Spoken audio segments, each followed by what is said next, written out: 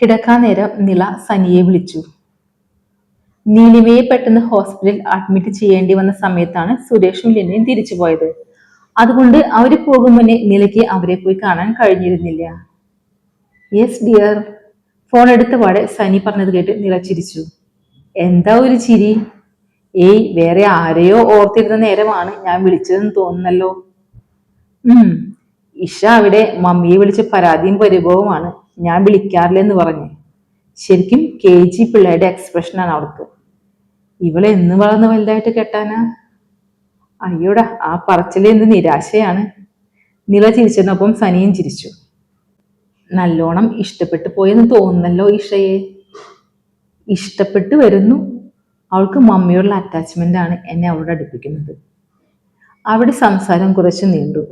വിശ്വജിത്തിനെ കണ്ട വിശേഷവും ശനിയാഴ്ച അവർക്ക് ഇങ്ങോട്ട് വരുന്നതും എല്ലാം അവർക്ക് സംസാര വിഷയമായി. തിരക്ക് പിടിച്ച 2-3 ദിവസങ്ങൾ കൂടി കടന്നുപോയി. ശനിയാഴ്ച രാവിലെ തന്നെ ജിതിൻ പുറത്തുപോയി ഒരു സദ്യക്ക് വേണ്ടതെല്ലാം വാങ്ങിയെത്തിച്ചു. വിശ്വജിത്തിന്റെ വീട്ടിൽ നിന്ന് ആദ്യമായി വരുന്നതാണ്. ഊണൊരുക്കണം എന്ന് അമ്മമ്മയ്ക്ക് നിർബന്ധം. പറയുമ്പോ പെണ്ണുകാണൽ ചടങ്ങാണെങ്കിലും അങ്ങനെ അങ്ങ് പോകേണ്ടവരല്ലല്ലോ. ഇനിയൊരു കുടുംബമായി മുന്നോട്ട് ഒന്നിച്ചുണ്ടാവേണ്ടവരാണ്. അമ്മമ്മയും ഷീജയും രാവിലെ തന്നെ ഒരുക്കങ്ങളൊക്കെ തുടങ്ങിയിട്ടുണ്ട്. ജിതിൻ റൂമിലേക്ക് ചെല്ലുമ്പോൾ നീലിമ മോന് പാല് കൊടുക്കാണ്. ഉറക്കമായോ? ജിതിൻ ശബ്ദം താഴ്ത്തി ചോദിച്ചുകൊണ്ട് റൂമിലേക്ക് കയറി. പൂച്ച ഉറക്കമാണെന്ന് തോന്നുന്നു. നീലിമ പയ്യെ മോനെ ബെഡിലേക്ക് കിടത്താൻ നോക്കി. ജിതിൻ വേഗം വന്ന് മോനെ കയ്യിലേക്ക് വാങ്ങി തൊട്ടിലേക്ക് കിടത്തി.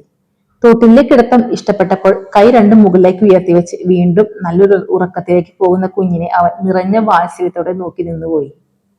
തൊട്ടിൽ പതുക്കെ ആട്ടിവിട്ട് സുഖമുള്ളൊരു ഉറക്കത്തിലേക്ക് കുഞ്ഞ് കടന്നെന്ന് കണ്ടാണ് ജിതിൻ നീലിമയ്ക്ക് നേരെ തിരിഞ്ഞത്. ആള് നല്ല ഉറക്കമായിട്ടുണ്ട്. നീയും കിടന്ന കുറച്ചു നേരം. ഇനി കിടക്കാനൊന്നുമില്ല, അവരൊക്കെ വരുന്നതല്ലേ, പണി കാണില്ലേ? പിന്നെ പണി അങ്ങോട്ട് ചെന്നാലും മതി. ഡെലിവറി കഴിഞ്ഞിട്ട് 50 ദിവസം പോലും ആയിട്ടില്ല. നീ കയറി കിടന്നേ. അല്ല, നീ കുളിച്ചോ? ടവലിൽ കെട്ടിവെച്ച അവളുടെ മുടി അപ്പോഴാണ് അവൻ ശ്രദ്ധിച്ചത്. കുഴമ്പൊന്നും ഇട്ടില്ലേ? ജിതിൻ അവളുടെ കൈയും കഴുത്തും ഒക്കെ ഒന്ന് പിടിച്ചു നോക്കി. അമ്മമ്മയ്ക്ക് ഇന്ന് തിരക്കാവും ജിതിനേട്ടാ, അതുകൊണ്ട് ഞാൻ നേരത്തെ കയറി കുളിച്ചു. അമ്മമ്മയ്ക്ക് തിരക്കാണെങ്കിൽ ഞാനില്ലേ, എന്തിനാ നേരത്തെ കയറി കുളിച്ചേ? നടുവേദനയൊക്കെ ഉള്ളതല്ലേ, അതൊക്കെ ഓർക്കണ്ടേ നീലിമേ? നീലിമയ്ക്ക് എന്തെങ്കിലും പറയാനാവും മുന്നേ അമ്മമ്മ റൂമിലേക്ക് വന്നു. മോൻ ഉറങ്ങാ? എന്നാ കുളിക്കാൻ നോക്കാം, ഞാൻ പോയി കുഴമ്പ് ചൂടാക്കി എടുത്തിട്ട് വരാം. അമ്മമ്മ കുഴമ്പെടുത്ത് ചൂടാക്കണ്ട, അവള് കുളിച്ചു വന്നിരിക്കുന്നതാ കാണുന്നത്. കുളിക്കേപ്പോ? അവരൊക്കെ വരുന്നതല്ലേ അമ്മമ്മേ, അതുകൊണ്ട് ഞാൻ കയറി കുളിച്ചു. കുഴമ്പ് ഒരു ദിവസം ഇട്ടില്ലേലും സാരമില്ലെന്നേ. ഒന്നാമത് ഇടുപ്പ് വേദനയാണ്, അതിന്റെ കൂടെ കയറിയൊരു കുളിയും. പച്ചവെള്ളമൊന്നും എടുത്തല്ലല്ലോ കുളിച്ചത്? അമ്മമ്മ വേവലാതിയോടെ തിരക്കി. അല്ല, ചൂടുവെള്ളത്തിൽ തന്നെ കുളിച്ചു. ഒന്ന് വിളിക്കായിരുന്നു മോൾക്ക്. ഇന്നിനി അങ്ങനെ അങ്ങ് പോട്ടെ. മോനെ, ആ മുടി ഒന്ന് കുറഞ്ഞിട്ട് രാസനാദിപൊടി നെറിയിലിട്ട് കൊടുക്ക്. എന്നിട്ട് രണ്ടാളും കൂടി കഴിക്കാൻ വാ. ഉറങ്ങുന്ന കുഞ്ഞിനൊന്ന് നോക്കി തലോടി അമ്മമ്മ പുറത്തേക്ക് പോയി. ഇപ്പൊ എന്തായി അവളുടെ ഒരു തിരക്ക്? പറഞ്ഞതിനൊപ്പം തന്നെ നീലിമയുടെ മുടിയിൽ നിന്ന് ടവൽ അഴിച്ചു മാറ്റി ഒന്നുകൂടെ തോർത്തി നെറിയിൽ രാസനാദിപൊടി കൂടി തിരുമ്മി കൊടുത്തു അവൻ. ഞാൻ നിനക്ക് കഴിക്കാനുള്ളത് ഇങ്ങോട്ട് എടുത്തിട്ട് വരാം, ഇല്ലെങ്കിൽ മോനെ എന്നിട്ട് അറിയില്ല. കഴിക്കാൻ എടുക്കാൻ വരട്ടെ. ജിതിനേട്ടൻ പോയി നിലയൊന്ന് എണീപ്പിച്ച്. ഇന്നലെ രാത്രി ലേറ്റ് ആയല്ലേ അവളും മാമനും വന്നത്. വിളിക്കാതെ ഒന്നും അവളെ എണീക്കില്ല. അവര് വരുമ്പോഴേ ഒന്ന് കുളിക്കാനെങ്കിലും പറ അവളോട്. അവളെ ഞാൻ പൊക്കിക്കൊള്ളാം. ആദ്യം നിനക്ക് ഫുഡ് എടുക്കട്ടെ. നീലിക്ക് കഴിക്കാൻ കൊടുത്തിട്ടാണ് ജിതിൻ നിലയുടെ റൂമിലേക്ക് ചെന്നത്. അവൻ വിചാരിച്ച പോലെ തന്നെ ബെഡിൽ കമിഴ്ന്ന് കിടന്ന് നല്ല ഉറക്കത്തിലാണ് നിള. ഡി. അവൻ അവളുടെ ഒന്നിച്ചു വാരി വലിച്ചു ബൺ ചെയ്ത മുടിയിൽ ഒന്ന് പിടിച്ചാട്ടി. ജിതിനായിട്ട് പോയി, എനിക്ക് ഉറങ്ങണം. ഹോട്ടലിന്റെ ഇന്റീരിയർ വർക്ക് ഇന്നലെ രാത്രി കൂടി നിന്നാണ് പണിക്കാർ തീർത്തു കൊടുത്തത്. അതൊക്കെ കഴിഞ്ഞു നല്ലോണം ലേറ്റ് ആയാണ് അച്യുത നിലയും വീട്ടിലെത്തിയത്. അതൊന്നും പറഞ്ഞാൽ പറ്റില്ല മോളെ. അവരൊക്കെ വരുമ്പോൾ നീ കിടപ്പ് കിടക്കാനാണ് ഉദ്ദേശം? ഞാൻ വിഷയെ വിളിച്ചപ്പോൾ അങ്കിളും ആന്റിയൊക്കെ വീട്ടിൽ നിന്ന് രാവിലെ തന്നെ പുറപ്പെട്ടു എന്നാണ് അറിഞ്ഞത്. അവൻ താമസിക്കുന്നിടത്ത് എത്തി. അവിടെ നിന്ന് ഇങ്ങോട്ട് വരാൻ അധികം സമയമൊന്നും വേണ്ട.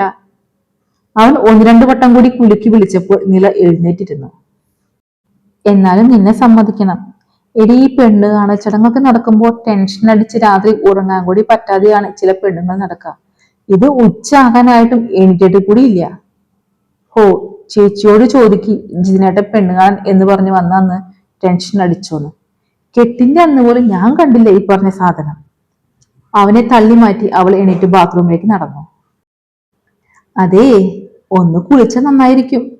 ഞാൻ പെണ്ണ് കാണാൻ എന്ന് പറഞ്ഞ് വന്ന അന്നും കെട്ടിന്റെ അന്നും ഒക്കെ ടെൻഷൻ അടിച്ചില്ലേലും അവള് മസ്റ്റായി കുളിച്ചിട്ടുണ്ടാകും.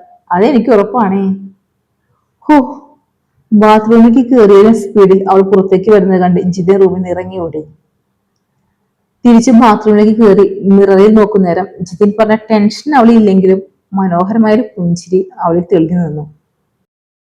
തുടരും. സ്നേഹത്തോടെ, അഭിനവി.